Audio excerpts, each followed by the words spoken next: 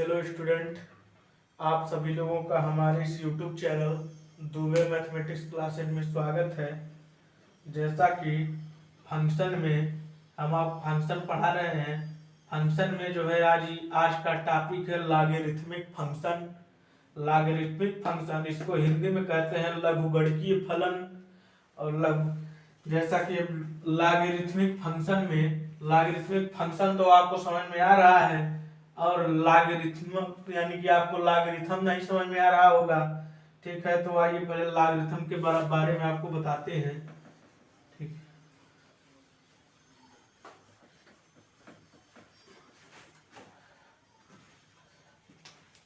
Logarithmic function सबसे पहले इसमें बात आती है लॉगरिथम की।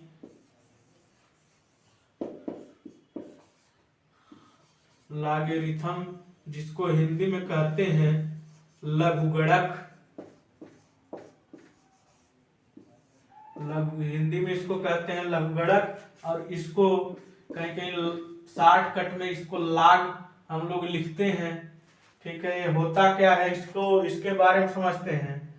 ये होता क्या है, जैसे मान लीजिए इफ अगर कोई संख्या इस प्रकार से लिखी गई हो, a के power x is equal to b, a के power x equal to b, इस प्रकार से इस क्रम में कोई संख्या लिखी गई हो, और इसमें जो ये a है a ग्रेटर देन 0, यानी कि a जो है 0 से बड़ा हो, और a is not equal to 1, a जो है 0 से बड़ा हो और 1 के बराबर ना हो, और जो x ये आपको दिख रहा है x belongs to real number, x जो है रियल नंबर से बिलोंग करता हो, तो तब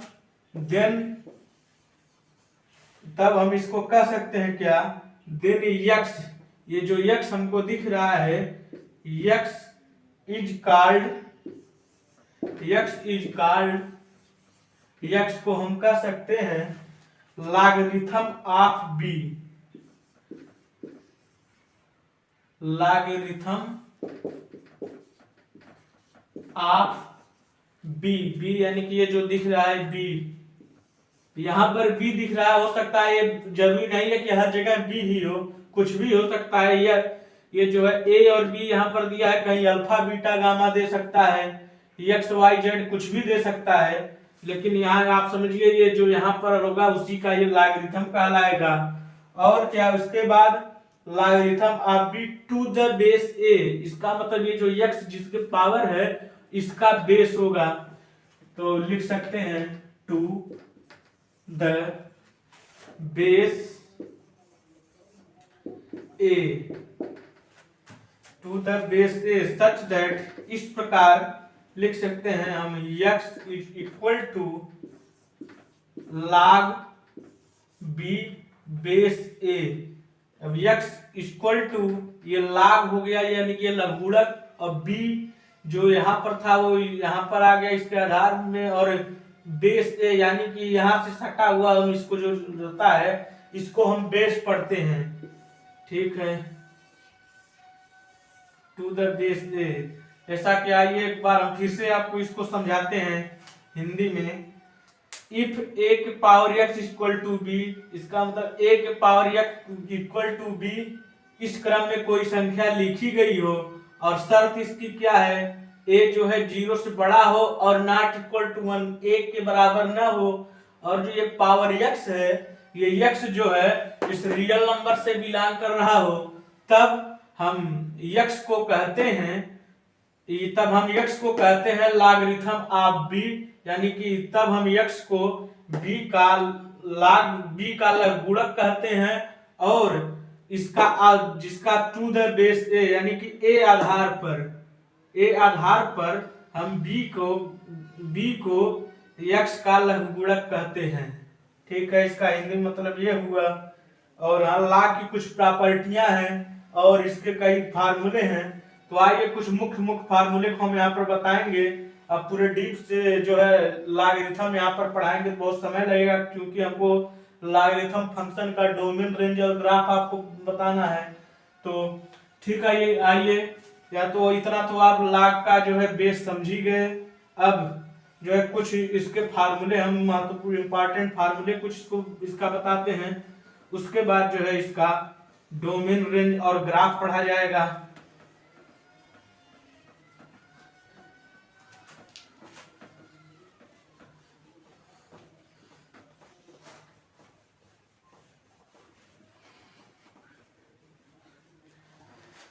अब फार्मूला की बात करें तो इसका पहला फार्मूला, एक फार्मूला ये होता है ए के पावर में log b और a बेस और a के power log b base a, अगर इस तरह से लिखा है तो इसको हम इस तरह समझते हैं कि इस a से और a log को लेकर कैंसिल हो गया, ये डायरेक्ट b बाहर आ जाता है। एक फार्मूला इसका ये होता है और इसके कई फार्मूले हैं। एक फार्मूला होता है फार्मूला नंबर 2 log, ये जो ए बेस यहाँ पर हम दिखा रहे हैं, जरूरी नहीं है कि हर जगह इसको हम बेस जो दिखाए, अगर नहीं भी दिखाते हैं तब भी आप समझ जाइए कि यहाँ कुछ यहाँ पर बेस है। और जो फार्मूला इसका यूज कीजिए, बेस हर जगह एक ही, आप अपनी मर्जी से कोई भी बेस ले सकते हैं, लेकिन हाँ ऐसा नहीं कर सकते हैं कि यहाँ पर ए बेस हो यहाँ पर बी कर दे। जो बेस एक सिलेक्ट करेंगे वही हर जगह चलता रहेगा। तो हम बेस आप अपनी मर्जी से कुछ भी सिलेक्ट कीजिएगा, यहाँ पर हम बेस बिना बेस के ही लिख रहे हैं log m into n। log इसका ये जो होता है log m और n का जो यहाँ पर मल्टीप्लाई किया गया है और ये log के साथ अलग अलग ये जुड़ जाता है, log m plus log n हो जाएगा ये। और हाँ बेस की अगर बात करें तो मान लीजिए यहाँ पर आप बेस ये रखे हैं तो यहाँ पर भी आपको a और यहाँ पर भी a रखना पड़ेगा। मान लीजिए यहाँ पर बेस आप लोग e रखे हैं तो यहाँ पर भी e और यहाँ पर भी e रखना पड़ेगा। और जो कहने का मतलब ये है, जो बेस आप यहाँ पर सिलेक्ट करेंगे वही बेस हर जगह चलेगा। तो ठीक है, जरूरी नहीं है कि हम बेस को हमेशा हर जगह लिखे ही। ठीक है, ये दूसरा फार्मूला, एक फार्मूला होता है इसका log m बटे n, तो इसको लिख सकते हैं log m minus log n। ठीक है, और log m पे पावर n इस तरह से हो तो ये जो है, जो अपन ये टोपी को ये पीछे छोड़ देता है, इसका मतलब ये हो जाता है n log m। और फार्मूला नंबर 5, पांचवा फार्मूला कर दें, मान लीजिए log b बेस a, इस तरह से कोई log लिखा गया है तो log b बेस से इसको 1 अपान इसका रेसिप्रोकल करना चाहें तो इसकी बेस और वैल्यू आपस में इंटरचेंज हो जाएंगे। अगर हम इसका रेसिप्रोकल करेंगे तो log a बेस b हो जाएगा। ठीक है,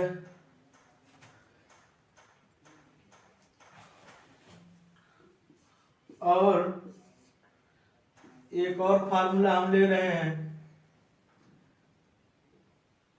log m, क्या log a के पावर m वैल्यू है और इसका बेस है b के पावर n।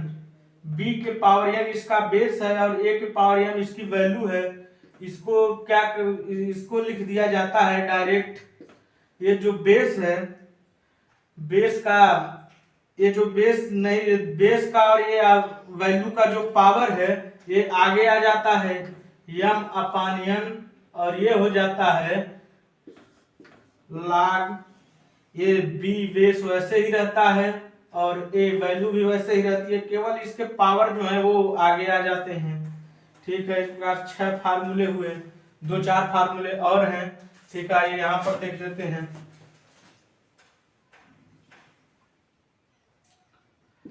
और फार्मूला नंबर 7 एक है log a बेस जो है b के पावर n, इस तरह से है तो ये जो बेस है ये यहाँ पर आगे आकर नीचे चला जाता है 1/n, और log a बेस b इस तरह से हो जाता है। फार्मूला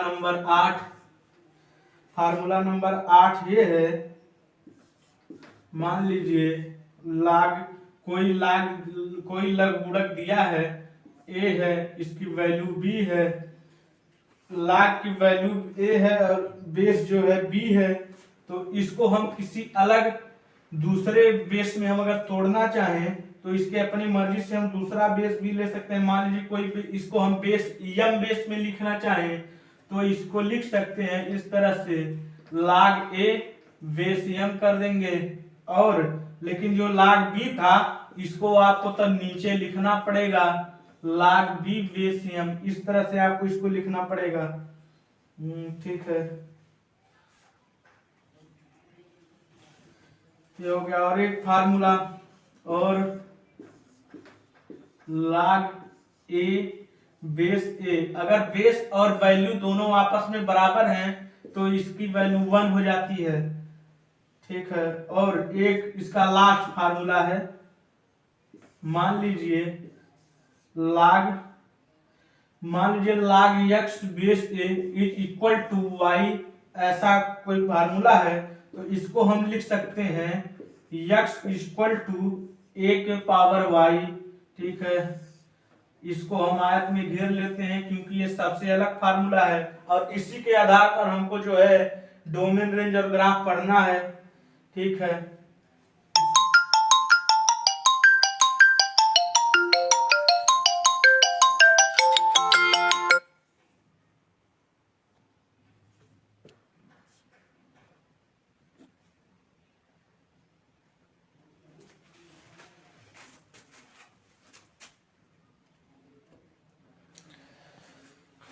ठीक है, तो आते हैं इस आधार पर हम, ये तो हो गए जो है log के फार्मूले इतने। अब हम आइए इसका डोमेन रेंज और ग्राफ पढ़ते हैं। ठीक है,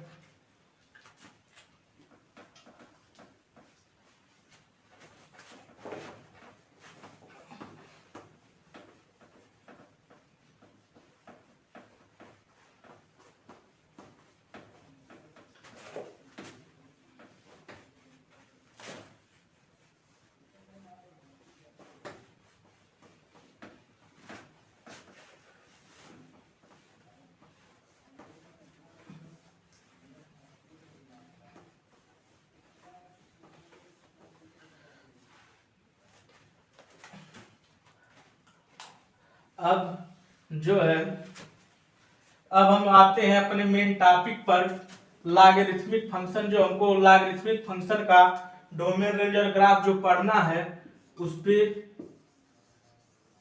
लॉगरिथमिक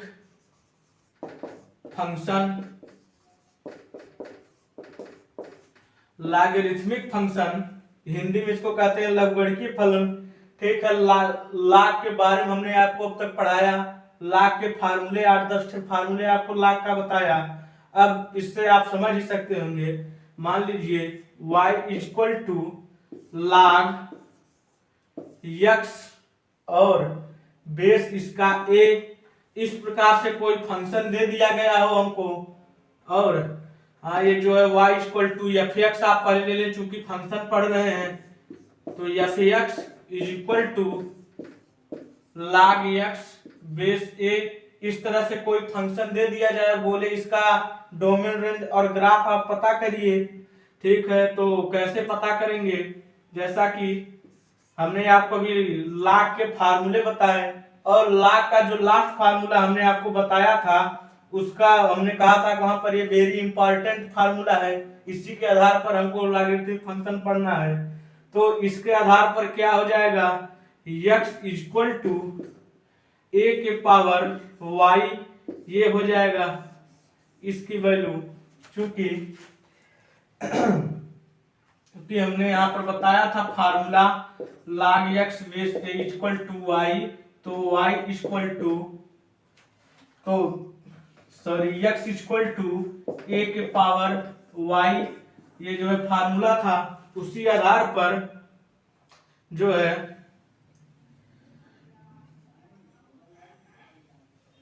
हाँ ठीक है, x इक्वल टू ए के पावर y, उसी आधार पर ये जो है ये फंक्शन हो गया। अब आते हैं इसके आधार पर पढ़ते हैं, x इक्वल टू ए के पावर y। अब इसका डोमेन, सबसे पहले फंक्शन की बात आती है उसके फंक्शन के डोमेन की। तो डोमेन में, डोमेन हिंदी में इसको बोले तो प्रांत, इसका भी डोमेन सेम उसी तरह से होगा, all real number minus infinite two plus infinite. Minus infinite से प्लस इनफाइनाइट के बीच की कोई भी संख्या हम इसके जो है डोमेन में ले सकते हैं। और रेंज की बात करें, रेंज हिंदी में बोले तो परिसर, इसका जो है रेंज क्या होगा, इसका भी रेंज आ जाएगा, इसका रेंज 0 से इनफाइनाइट हो जाएगा। और यहाँ पर भाई थोड़ा सा यहाँ पर भाई लॉजिक समझना है आपको। वहां पर y इक्वल टू ए के पावर x या इस तरह से कुछ फंक्शन था, तो वहां पर a के पावर जो था उसको हम जो है इनपुट और जो वैल्यू थी उसको आउटपुट बोलते थे। इसका मतलब इसको डोमेन और इसको रेंज वहां पर बोलते थे। वहां पर पीछे सभी फंक्शन में x डोमेन था और y रेंज था, लेकिन यहाँ पर कुछ मामला उल्टा है, x इक्वल टू ए की पावर y है, इसलिए यहाँ पर डोमेन y होगा और x रेंज होगा। ठीक है, इतना आपको समझ आ गया होगा। अब ग्राफ की बात करते हैं। ग्राफ में वो पिछले सभी फंक्शनों की तरह से इसमें भी सबसे पहले ग्राफ बनाने के लिए एक छोटा सा टेबल ड्रा करना पड़ेगा आपको। वो टेबल जैसे पिछली बार की तरह x और y के पदों में होगा। और हाँ, डोमेन यहाँ पर y है और रेंज x है, तो आप यहाँ समझ सकते हैं x इक्वल टू ए की पावर y। तो हम डोमेन पहले 0 से शुरू करते हैं, y की वैल्यू हम सबसे पहले 0 रखते हैं। तो y की वैल्यू 0 रखेंगे तो x की वैल्यू 1 हो जाएगी, क्योंकि एक पावर 0 हो जाएगा ये, और एक किसी भी संख्या की पावर 0 की वैल्यू 1 होती है। तो ठीक है, x इक्वल टू 1 हो गया। अब बात आती है, अब इनफाइनाइट की तरफ चलते हैं। अगर हम y की वैल्यू इनफाइनाइट रखेंगे तो x की भी वैल्यू इनफाइनाइट हो जाएगी, क्योंकि किसी भी संख्या अगर ये a जो है 1 से बड़ा है और इसलिए 1 से बड़ी संख्याओं के पावर जो इनफाइनाइट की सब वैल्यू इनफाइनाइट आती है। अब वैल्यू रखते हैं हम माइनस इनफाइनाइट। अगर हम x इक्वल टू ए की पावर माइनस इनफाइनाइट हो जाएगा तो x इक्वल टू 1 अपान एक पावर इनफाइनाइट हो जाएगा ये, और एक पावर इनफाइनाइट की वैल्यू इनफाइनाइट अभी हमने पीछे पुट की है, और यही हो जाएगा 1 अपान इनफाइनाइट की वैल्यू 0, ये हो जाएगा 0। ठीक है, यहाँ तक तो आपको समझ में आ गया होगा। अब आइए ग्राफ ड्रा करते हैं।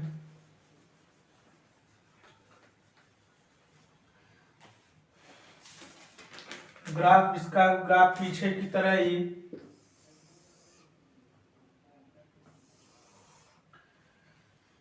ठीक है, ये पॉजिटिव x एक्सिस से नेगेटिव x एक्सिस से, y पॉजिटिव y एक्सिस से नेगेटिव y एक्सिस है।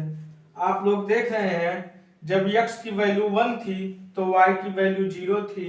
इसका मतलब x की पॉजिटिव x एक्सिस पे जब हम 1.1 कदम आगे चलेंगे तो y की वैल्यू 0, यानी कि y इस x एक्सिस पर ही है। इसका मतलब इसका ग्राफ यहीं से शुरू होगा, और जब हम x की वैल्यू इनफाइनाइट तक ले गए तो y की वैल्यू इनफाइनाइट हो गई। इसका मतलब हम जब इसे चलते चलते इनफाइनाइट तक पहुंचेंगे तो y भी इस तरह से ऊपर की तरफ इनफाइनाइट तक पहुंच गया होगा। इसका मतलब इसका ग्राफ ऊपर कुछ इस तरह से बनेगा इनफाइनाइट तक। अब जब हम x की वैल्यू माइनस इनफाइनाइट रखे तो y की वैल्यू जो है 0 हो गई। नहीं, ये टेबल थोड़ा गलत हो गया है। यहाँ पर हम माइनस इनफाइनाइट यहाँ रहेगा और जो है 0 ऊपर रहेगा। अब देखिए, y की वैल्यू जब माइनस इनफाइनाइट रखी गई, यानी कि y की वैल्यू इस तरफ नीचे तरफ अनंत तक गई, तो x की वैल्यू हो गई 0। इसका मतलब इस तरफ नीचे हम जब अनंत तक जाएंगे तो ये जो ग्राफ है इस x एक्सिस को कहीं अनंत पर जाकर इसको टच करेगा, तो नीचे इसका ग्राफ कुछ इस तरह से बनेगा, इस y एक्सिस के पैरेलल हो जाएगा। अब पैरेलल का मतलब ये अनंत पर जाकर इसको टच करेगा।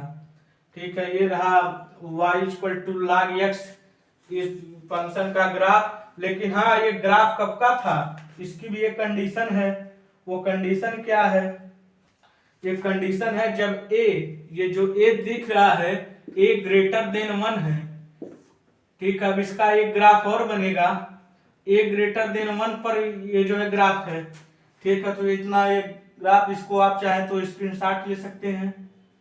ठीक है, a > 1 पर का एक ग्राफ है। अब फिर बात आती है इसका, ये इसको कैसे देख के स्फट, और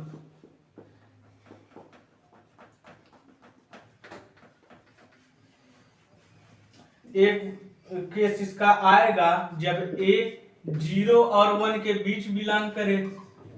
0 और 1 के बीच बिलोंग करे, सेम टू सेम यही चीज था, उसमें भी रहेगा, केवल चेंज क्या होगा, डोमेन इसका भी वही होगा, रेंज इसका भी वही होगा, केवल यहाँ टेबल में थोड़ी सी चेंजिंग होगी।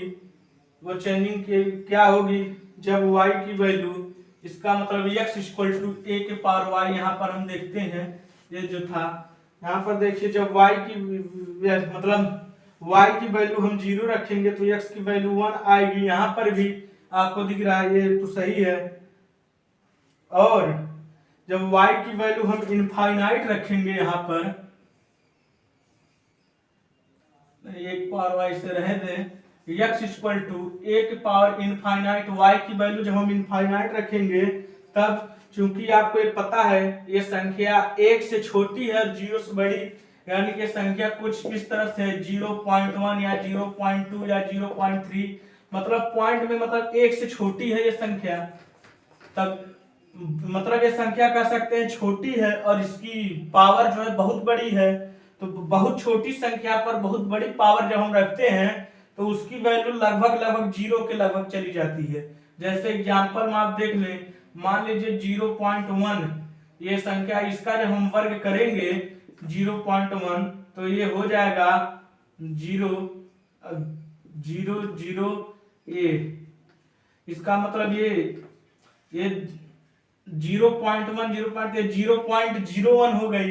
फिर इसी तरह अनंत करेंगे तो हम ये कुछ इस तरह से 0.000 ये अनंत तक जाकर कहीं लास्ट में कोई अंक होगा। इसका मतलब ये लगभग ये संख्याएं 0 के बराबर हो जाएगी। तो लगभग 0 हो जाएगी तो हम इसको 0 लिख दें। इसका मतलब y की वैल्यू जब यहाँ पर इनफाइनाइट होगी तो x की वैल्यू हो जाएगी 0। यहाँ पर जब y की वैल्यू इनफाइनाइट हो जाएगी तो x की वैल्यू हो जाएगी 0। ठीक है, समझ में आ गया आपको। अब माइनस इनफाइनाइट पर जब चलेंगे तो ये था x = 1 पावर y, तो x = 1 पावर माइनस इनफाइनाइट अगर हम रखेंगे तो ये 1/1 पावर इनफाइनाइट होगा। ठीक है, और इसी को हम 0 के बराबर पिछले यहाँ पर प्रूफ किए हैं, तो ये हो जाएगा 1/0, और 1/0 होता है इनफाइनाइट। इसका मतलब ये टेबल भी हो जाएगा इनफाइनाइट। ठीक है, ये तो बात आई। अब ग्राफ में थोड़ी सी चेंजिंग ग्राफ में भी आएगी। वो चेंजिंग क्या है, ठीक है, इसको हम पहले मिटाते हैं। जो ये क्वाड्रेंट जो है चतुर्थांश तो यही रहेगा, केवल एक ग्राफ बदला है। तो यहाँ पर देखिए जब x की वैल्यू 1 थी तो y की वैल्यू 0 थी। ठीक है, इसका मतलब इसका भी ग्राफ यहीं से शुरू हो होगा। x पर एक कदम हम आगे चले हैं, y पर 0, इसका मतलब यही है।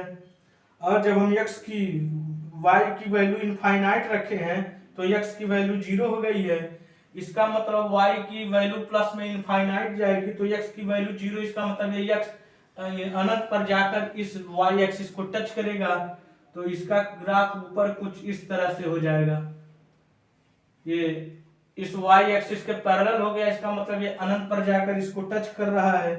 अब y की वैल्यू जब माइनस इनफाइनाइट होगी, इसका मतलब ये नीचे की तरफ माइनस इनफाइनाइट जाएगी, तो x की भी वैल्यू इनफाइनाइट हो जाएगी। इसका मतलब नीचे ये ग्राफ कुछ इस तरह से जाएगा, ये अनंत तक चला जाएगा। ठीक है, ये रहा y equal to log x, fx equal to log x dx a का दूसरा सेकंड जब a 0 और 1 के बीच में हो। ठीक है, इसके दो केस बने थे, दोनों का डोमेन रेंज और ग्राफ हमने आपको बता दिया। ठीक है, वीडियो अच्छा लगा हो तो लाइक कीजिए और इस चैनल को सब्सक्राइब कर लीजिए। ठीक है, मिलते हैं फिर नेक्स्ट वीडियो में नेक्स्ट फंक्शन के साथ। ठीक है, thanks for watching my video.